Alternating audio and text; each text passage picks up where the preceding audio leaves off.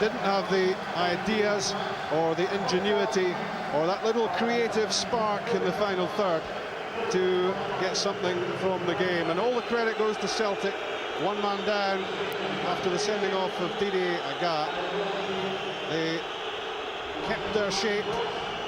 They were a very compact and solid unit, and in the final analysis Dundee found it impossible to break them down. 1-0 Celtic. Here's the man of the match. Stan, that was a fine defensive performance by Celtic, wasn't it? Yeah, I think so, because we played one man down and we need to defend properly more when if you are with 11 players, but I think we definitely very good, and I think Bobo was man of the match for me. Well, our verdict was that you were the man of the match, but you've certainly grown into this position. You're very pleased to be a consistent member of the first team squad now. Yeah, of course, I had very bad years somewhere else, and now I'm enjoying the football again, and I just want to play the best I can. You talked about Bobo. Has he been a factor in your progress in the game? I think he's a very good defender, and play with him is just pleasure.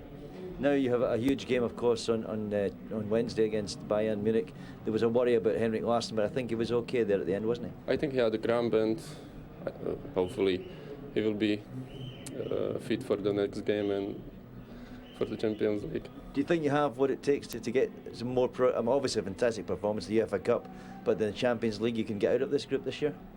Of course, you never know, and Celtic last year was in UEFA Cup final, and it's not just because of the miracle. And I think Celtic is a very good team, and we can do something this year as well. A 1-0 victory would be good, and a performance from you as well, Stan. Man of the match, Bank of Scotland champagne. Well done, thank you. Yes, 3 important. It's the second night of matches in week 1 of the UEFA Champions League. The Celtic fans carrying on the European adventure from last season when they were in Seville for the UEFA Cup final. Tonight, they and we are at the Olympic Stadium in Munich for Bayern Munich against Celtic.